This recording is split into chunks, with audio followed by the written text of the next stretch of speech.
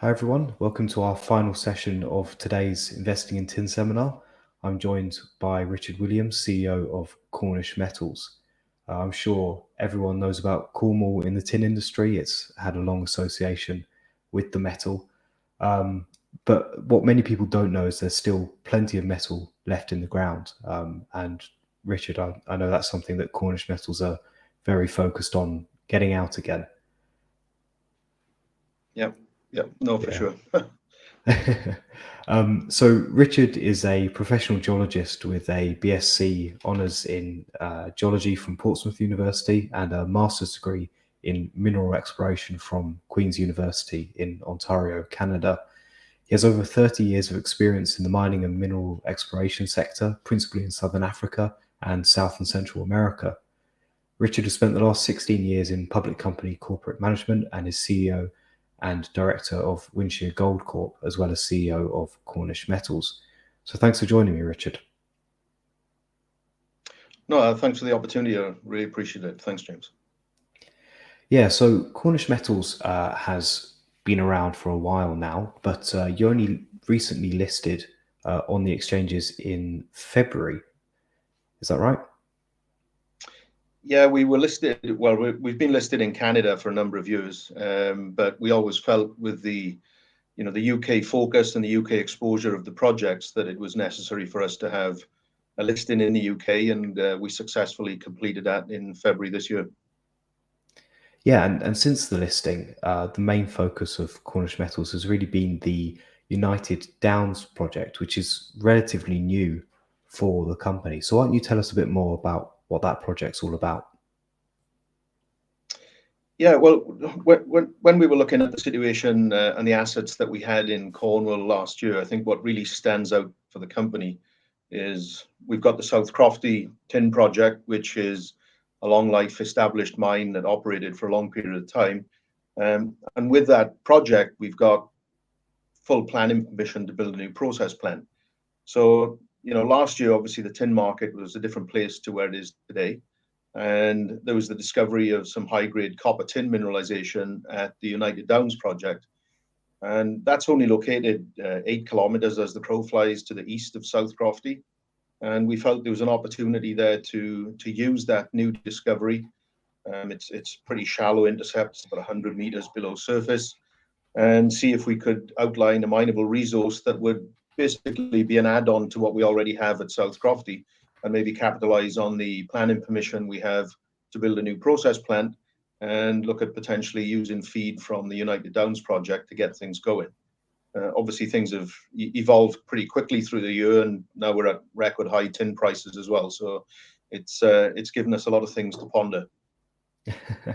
Yeah, I can imagine I think saying that the tin market is in a very different place is a bit of an understatement. Yeah.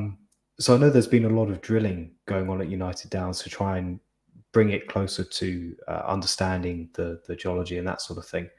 And there's been some very strong drill results. So can you tell us a bit more about the highlights of that campaign? Yeah.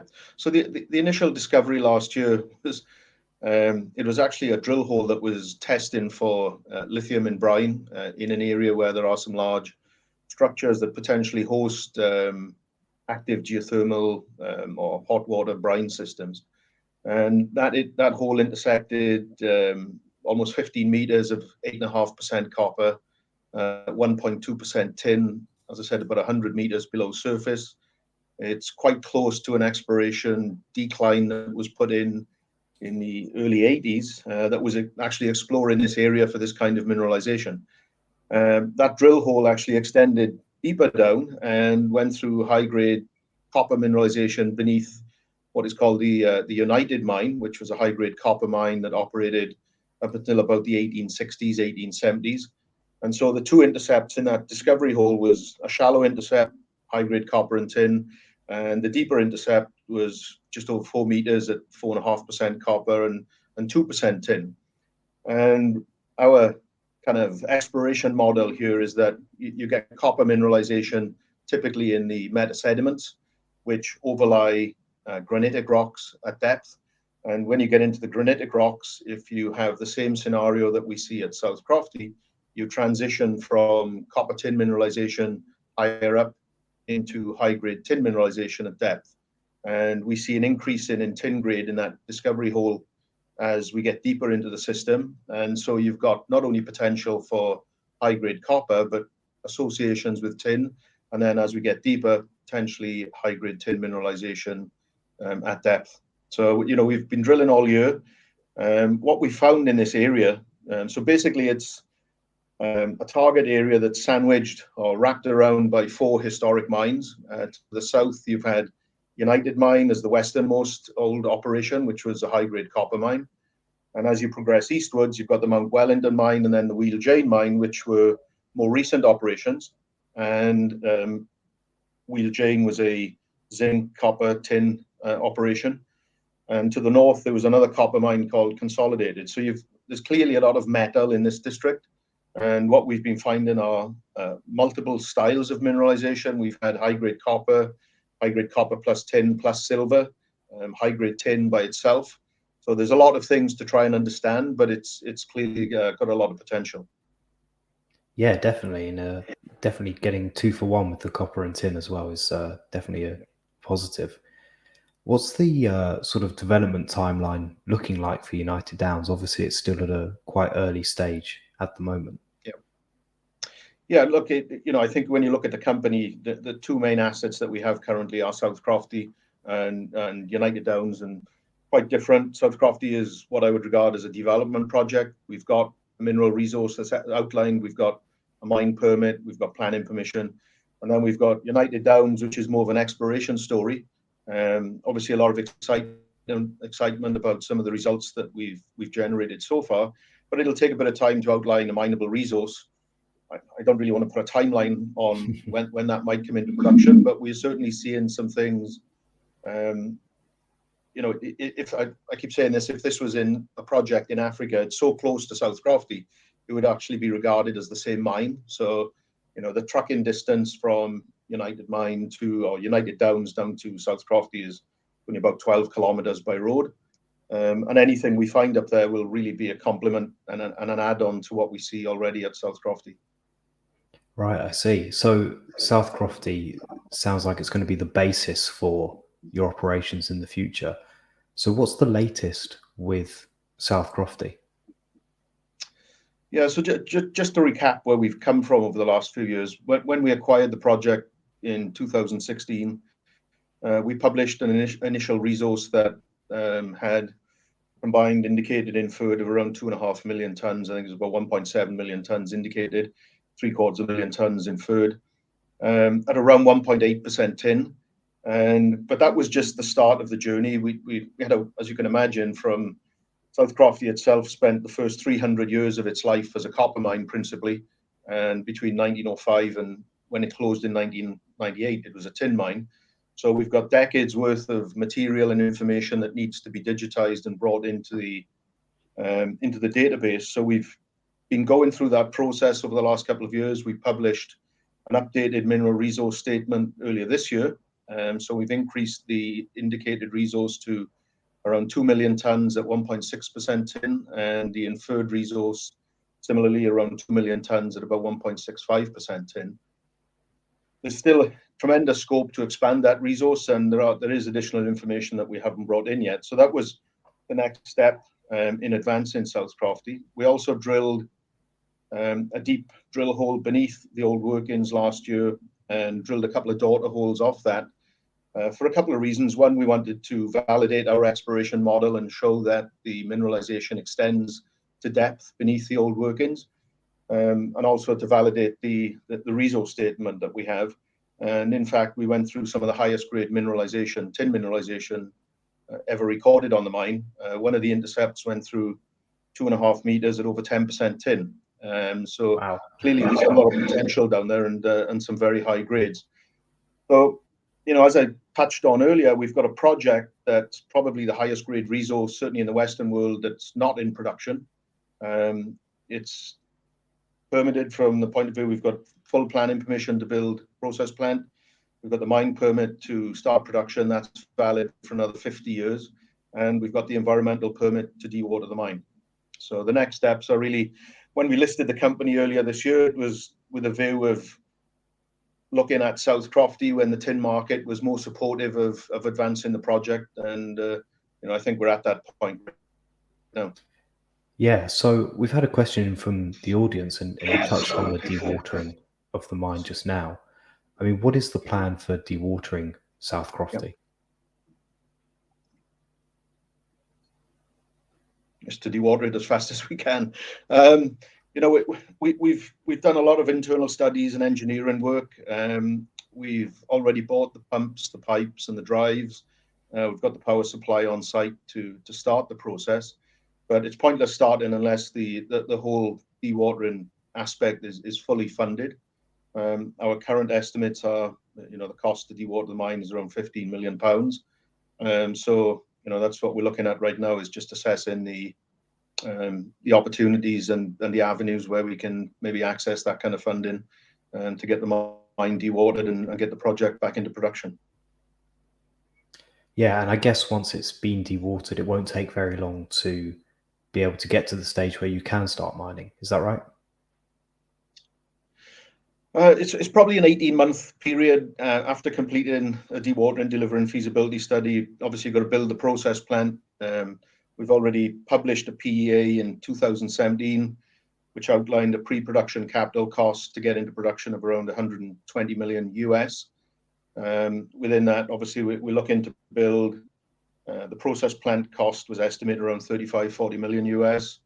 Plus, we'd need to do some refurbishment of the new cook's kitchen shaft, which would be used for the main production shaft, so hauling and man movement. So there's a bit of time after completing the dewatering that we need to build all the infrastructure that goes with the operation. Yeah, and I guess that PEA was done when the tin prices were much lower. Is there any view to redo that study now that the tin prices are much higher? Yeah, so obviously, certainly something that we're looking at. We've expanded the resource considerably. And one of the other things that we will be taking a look at, which wasn't included in the PEA previously, was using ore sorting technology. I think it's becoming a lot more prevalent throughout the mining industry, and some initial test work that we've done looks like the ore at South Crofty has got the characteristics where it would be amenable to ore sorting. So that obviously helps with the amount of ore that would be put through a process plant. So hopefully we can reduce the throughput, but also increase the grade of what goes through the plant. Yeah, one thing we've heard a lot about today is the properties of the cassiterite at the project need to be right for the economics, in terms of the grain size of the cassiterite and making sure the tin mineralization isn't in other tin minerals. I mean, what does that look like at South Crofty? Well, we benefit from decades of production at South Crofty. When South Crofty had its own mill, they just had a gravity plant at site, and we're recovering about 70% of the tin just through gravity processes. And then when Rio Tinto took over the operations, they actually built a new process plant up at Wheel Jane and incorporated flotation circuit as well. And we're getting around 88, 89, maybe sometimes even 90% recoveries. So we know the characteristics and the processing capacity at South Crofty, and we don't expect it to be any different going forward. So I think from a metallurgical and mineral processing perspective, it's a very attractive project. Yeah, and I know there's a lot of interest in Cornwall generally at the moment. There are a couple of other tin developers down there. Do you see Cornwall regaining its sort of tin mining name back on the world stage? Yeah, from my perspective, definitely. I think the work that we've done amongst plus other companies who are active in Cornwall have really highlighted the potential for Cornwall to have a mining industry. And I think there's been a number of changes over the last couple of years politically. A lot more governments are looking at security of supply, domestic supply. Obviously, what materials do you have domestically that can contribute to a reduction in your carbon footprint and achieving goals like net zero? But also in Cornwall's case, you've got this vast kind of geological environment that has got over 2,000 known mines that were documented historically. And so it's, really one of the most heavily mined regions, certainly in Europe, maybe the world, but probably one of the least explored. And I think that's highlighted by the work that we've done at United Downs. So,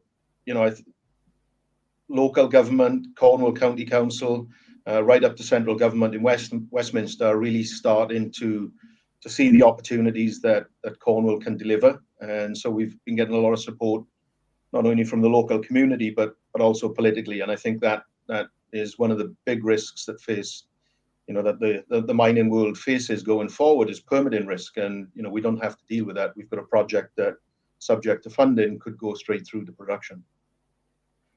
Yeah, and you mentioned that a lot of places are becoming concerned with their sort of domestic supply. I mean, what is the plan with the South Crofty concentrates? Is it to ship them to existing smelters, or is there enough tin in the ground that you may consider building your own? Look, I think that's certainly an opportunity. I think it's something that we should look at, and we are starting to look at, because I think politically, what's the point in looking at this whole reduction in your carbon footprint if you end up making a concentrate and you ship it halfway around the world to get processed to get shipped back? When you look at Europe, there's really very little currently of primary tin mining production.